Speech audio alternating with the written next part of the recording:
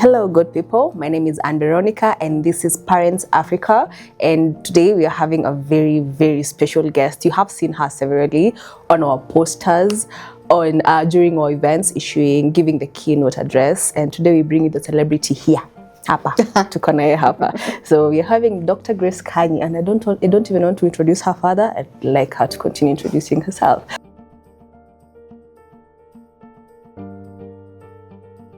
Thank you, Veronica. First of all, I'm not a celebrity. I am just a healthcare provider. Okay. That takes a lot of pleasure in educating the masses. As I've rightly been introduced, my name is Dr. Grace Kanyi.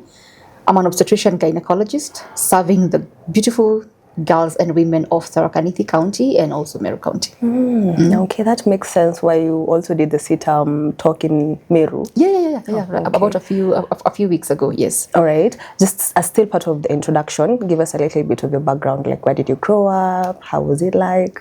Just a little All bit. right. So initially we used to live in Nairobi. So I attended basic lower primary education in Nairobi, and then we moved up country. So we moved to Nyeri. Again, I attended a very local primary school. And then from then on, I went to the prestigious, I must say, Bishop Katimo, girls, the girls in green. Was there for 4 years, and I would say that's where I was really, really modeled very, very well. And then our principal was Miss Helen Waweru. She really believed in her girls. And I must say, I think that's where I got most of the anchoring that I have right now. And then pursued the first degree, Bachelor of Medicine, Bachelor of Surgery at the University of Nairobi, graduating in 2011. Served briefly before I went back for my master's program, still at the University of Nairobi, and graduated in 2019. And I've been serving as an OB-GYN since then. That's nice. Yes. That's nice. That's very powerful to hear a lady talking about all these educational achievements. And now let's get into the career, because that is what has brought us here. And I know you said you're not a celebrity, but I put that just a healthcare provider Yes. who loves teaching people. I put that in the concept of you have appeared in most of our posters. So can you let us know, is this what you always wanted to do? Teaching, I would say teaching came perhaps with how medical school is structured. Especially when we came back to do our master's program, you'd have to prepare the presentation and teach your fellow your fellow classmates. All right, and then again, there's something we call continuous medical education, where again you would pick a topic and you're discussing it with your peers, and then also in conferences and writing peer review in journals and papers. And then it emerged that, I think you're a natural in this. Why don't you extend it now to talking to people on more platforms? And so that's how you would find me engaging in women, be it in corporates, banks, or their places of work where they invite you to talk about something specific that they're interested in. And then it generated into growing into now just picking a topic and writing about it freely.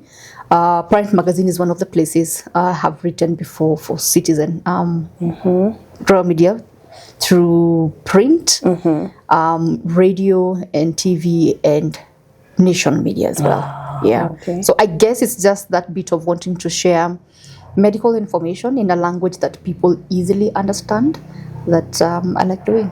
Okay. And what about in this medical field? Did you always dream to be here?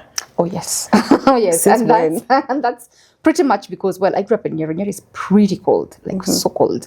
So I ended up growing up as a very asthmatic child. So most of the time, I would actually just end up at the doctor's office, constant wheezes. And I would feel really, really happy once the nebulization has been done. So I guess sometimes when you're used to a certain space, you're like, I think I want to come and also do this. So it's been the natural path for me, actually. And what deviated at some point, I really wanted to be a pediatric cardiologist. Funny. And my mentor then was Dr. Naomi Gashara. I always credit her for bringing me this far. And I remember what she told me when I finished my first degree. She was like, medicine is too wide. All right, I get you'd want to come and be a cardiologist like myself, but you explore. And after your internship, you let me know. And I just woke up and told her, I think I want to be in the field of obs-gyne. And she was like, you have my blessings. Is there a specific thing that made you to wanting to do obs-gyne? Yes. Number one, it's I don't like chronicity of diseases. I'm one person who likes knowing there's going to be an end to something. And the beauty of walking a woman through pregnancy is that there's going to be a baby at the end of 9 months, all right? If it's heavy menstrual bleeding, we know what the cause is. We're going to be able to solve it. So I think for me, it's being result-oriented, sort of. And OBS gave me that together with the thrill of labor ward. It can be quite something. So it's an adrenaline sort of packed field and quite fulfilling. And what's the best thing about being in that labor ward? It's actually right before the labor ward. It's where you're being involved with bringing forth the next generation. You know, like a woman or a couple seeks your guidance before they conceive. You take them through that path.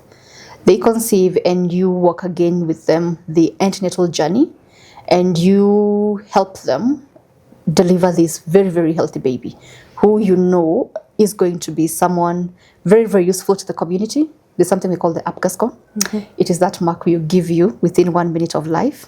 Trust you me, one of the most important numbers ever. So it's always something quite pleasant to know, you know, we took care of you as a, you know, right from before you were, you know, before your parents decided to start you on this journey, of course with the blessings of God. And then finally being able to watch these children grow. It's really something fulfilling. And then I keep on telling the moms, I know I'm actually taking care of myself post-retirement, because these children, we give them a very good starting point in life. There is no reason why they shouldn't be who they want to be in this life. And I'm sure one day when I'm stuck somewhere, they will bail me out. I didn't expect You have the no baby. idea. They will bail me out. Like, you know, mom told me you delivered me. Come, old lady. Yes, What problem do you have? Yeah. And they will help you out. Quite fulfilling, actually, in that aspect. And then now dive right into men and women trying to get children and the complete joy they get when finally they're holding their bundle of joy. And then the other thing about Obsgyn is that it's a full spectrum, actually. So we start with you, with your parents. Before conception, you get conceived, we deliver you.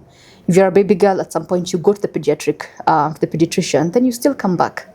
Then I take care of you till menopause, until God decides to take you home. It's really one of those things I consider like a full spectrum sort of practice. It's like working with someone, you really do play a really big role in these people's lives. Do. Yes, yes. Can you walk us through your day-to-day activities? Like, how is your daily life like, especially in the office? Like, in the office? Yes. All right, so I would have to describe that before March because a lot has changed.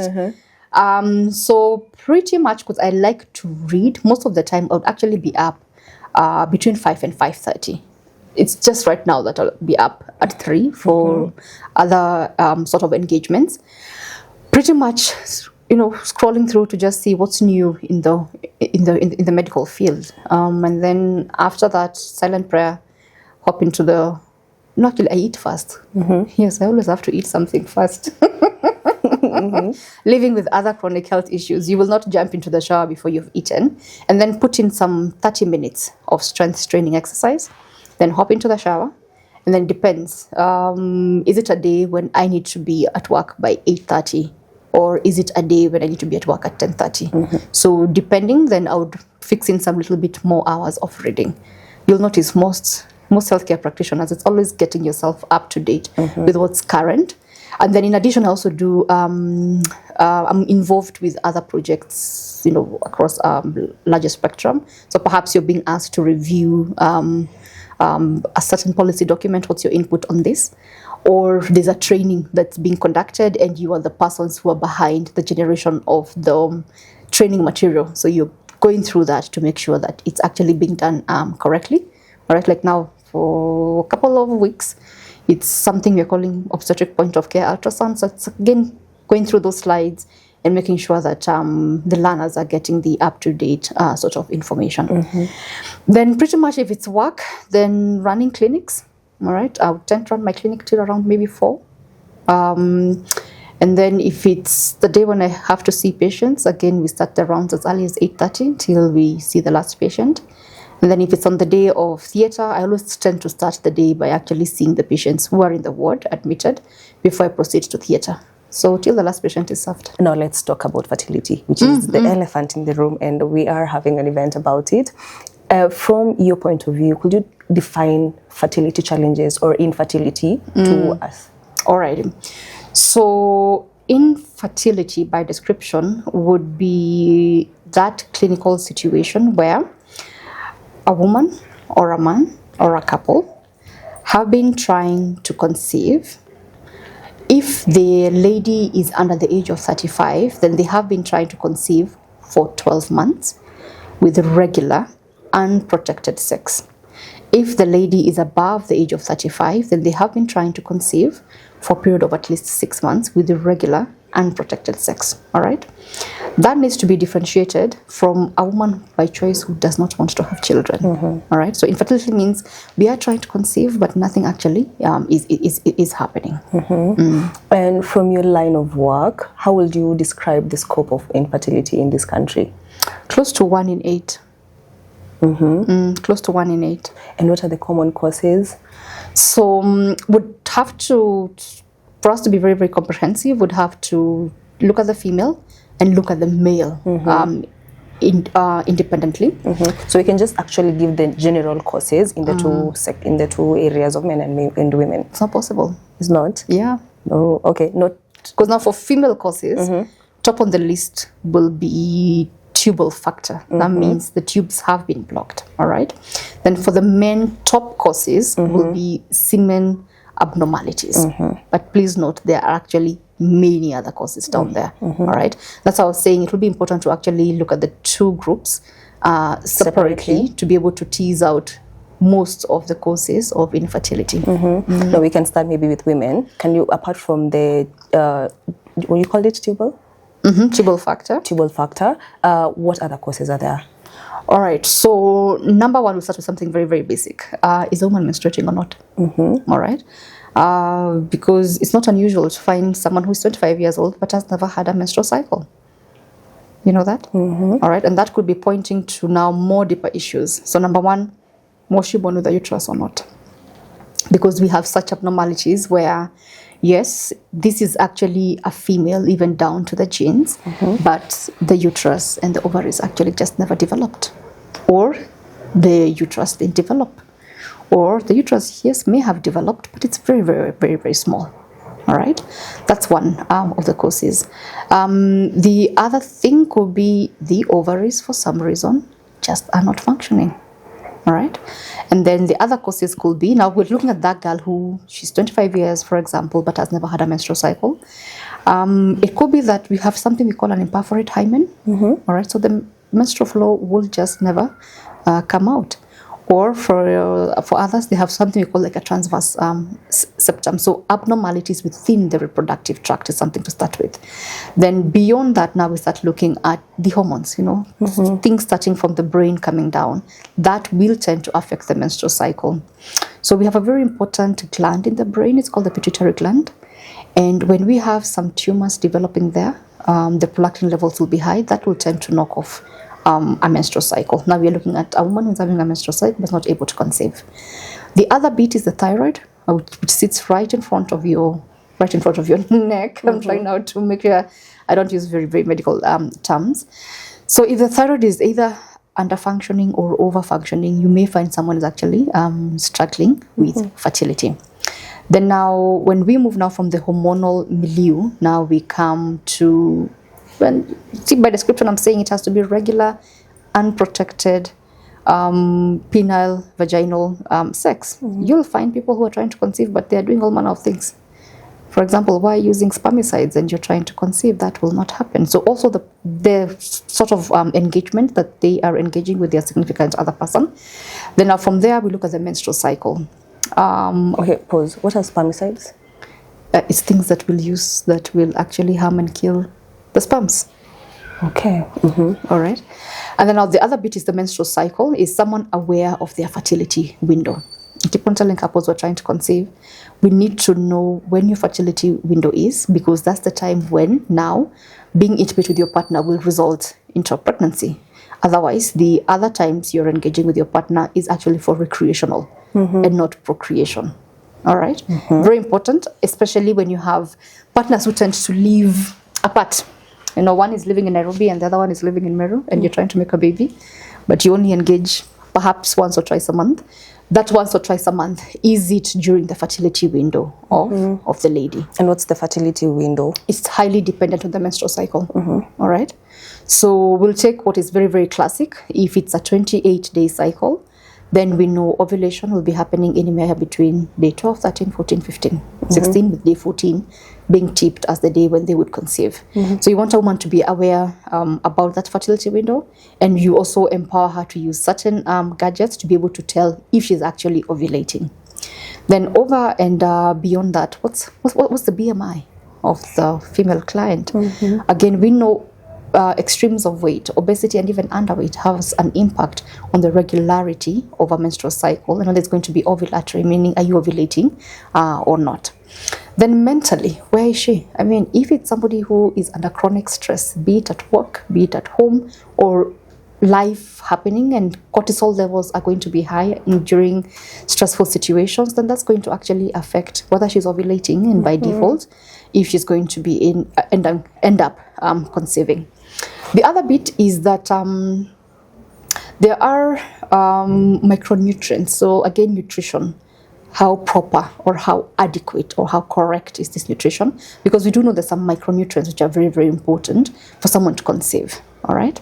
Then workplace. Are there people who are working in places where they're being exposed to toxins which could actually end up harming them? All right. That's pretty much for the female client.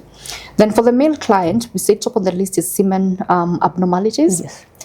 And again, I like looking at the semen right from the drop. So could be a male client and there's pretty much nothing being produced. All right.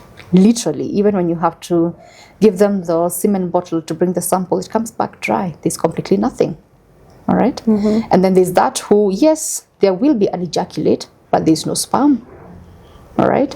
And then, right, there is that who will bring a sample, but the sperm count is quite low. All right.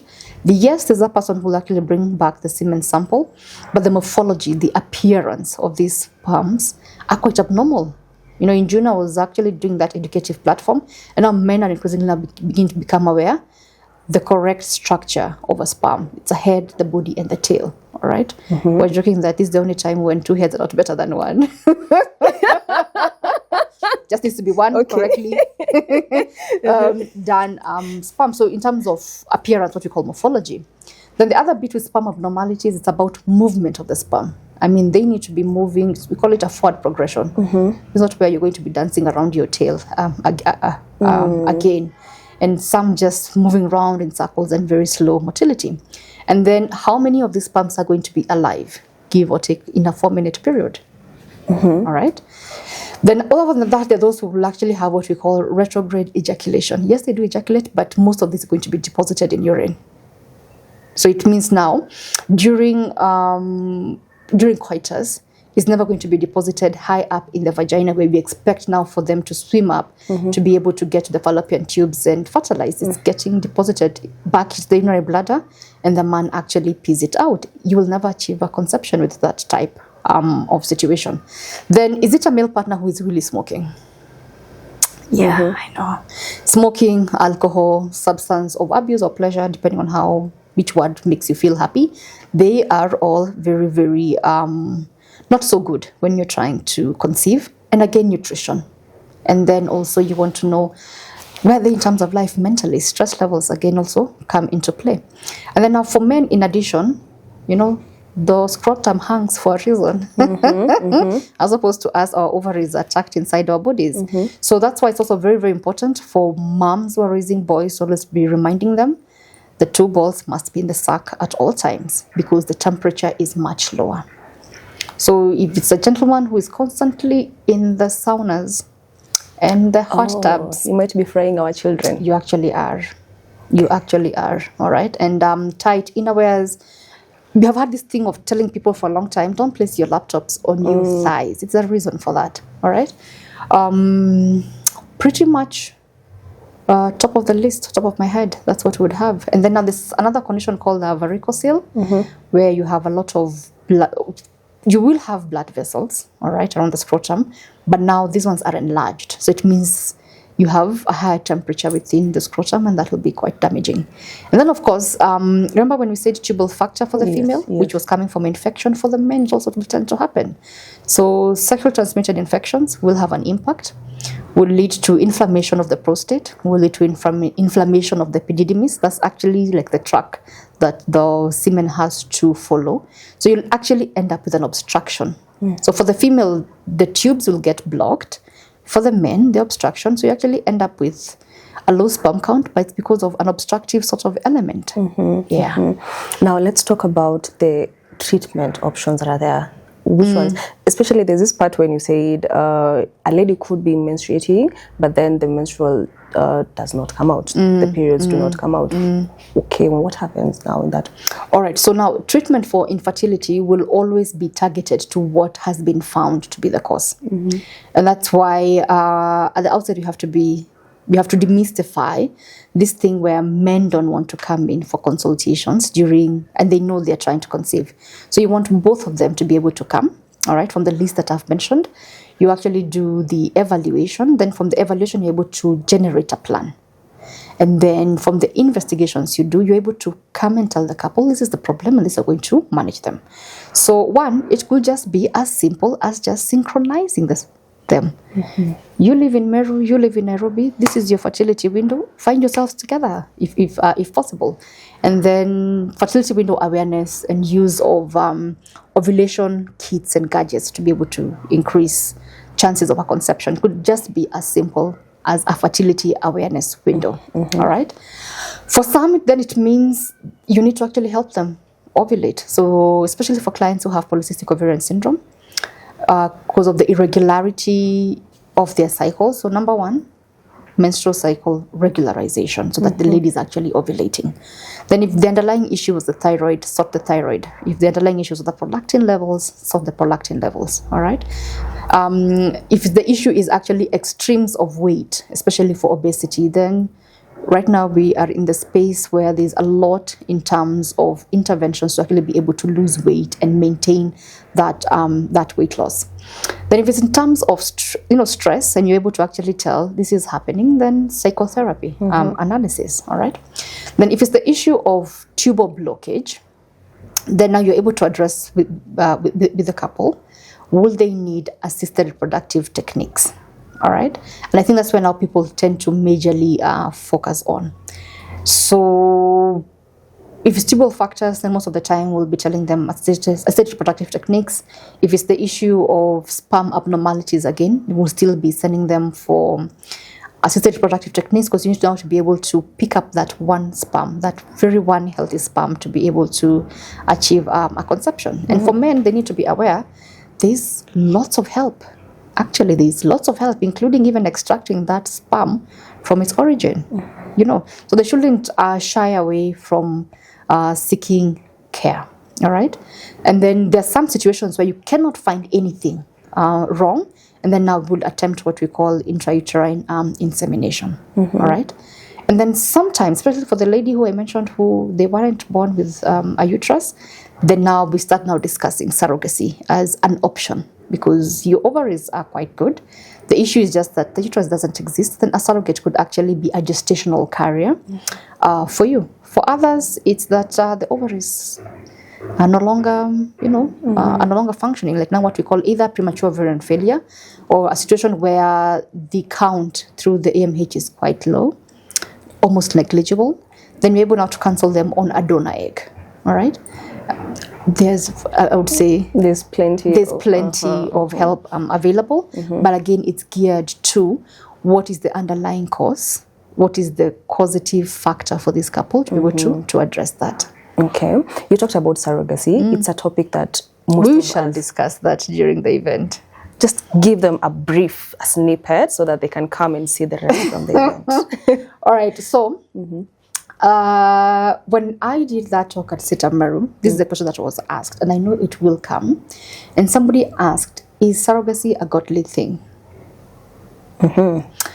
And my response then, and even as we gear up to the event on 30th, Yes, 30th August. of August, we go back to the Bible. You know, when you don't know anything else, you go back to your roots. Yes.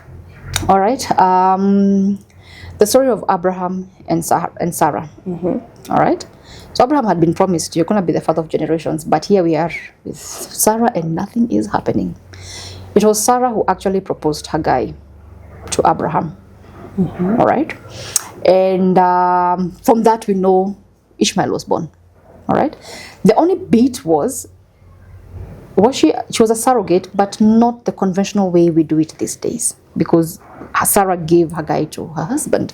And for those now who wanted to argue that it was wrong, Abraham went on to have Isaac with Sarah, became father of nations. I can also guarantee you can even read it in the Bible. Ishmael too went on to become father of nations. Find out where the Muslims came from.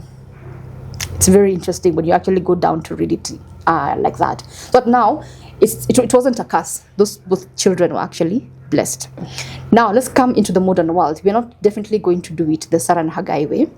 It will be a gestational carrier where if, for example, it's for the lady who doesn't have the uterus. It's called Mea-Rokitansky Hauser syndrome. It's such a mouthful, all right? We won't go into that. So she has a loving, willing partner, willing to walk this path, all right? So again, through the legal system, a surrogate will be engaged. So this time round, it's the genetic material from the husband through the sperm, and the genetic material from the female client through her oocytes, the small eggs inside the ovary, we call them the oocytes. After IVF, the gestational carrier now gets to carry the baby to term. All right, solving the problem where the lady didn't have a uterus. Again, surrogates will be engaged where the female client has a medical condition that would potentially send her to the grave if she was to carry a pregnancy. And we have those medical conditions, they do exist, all right? So the whole point is simply a gestational carrier. Because for you as a female client, either physically, there's a reason why you cannot carry this pregnancy, or even medically, there's a reason why you cannot carry this pregnancy. And there are also those women who, they will try, and they have the IVFs done, and the babies, they end up with recurrent miscarriages. The answer usually comes with, let's try a gestational carrier. All right? So I hope I've answered. Is it ungodly? It's quite godly. Both children were blessed. Okay. Yes. Okay. But we will discuss that. We will discuss that within the legal frameworks. Yes.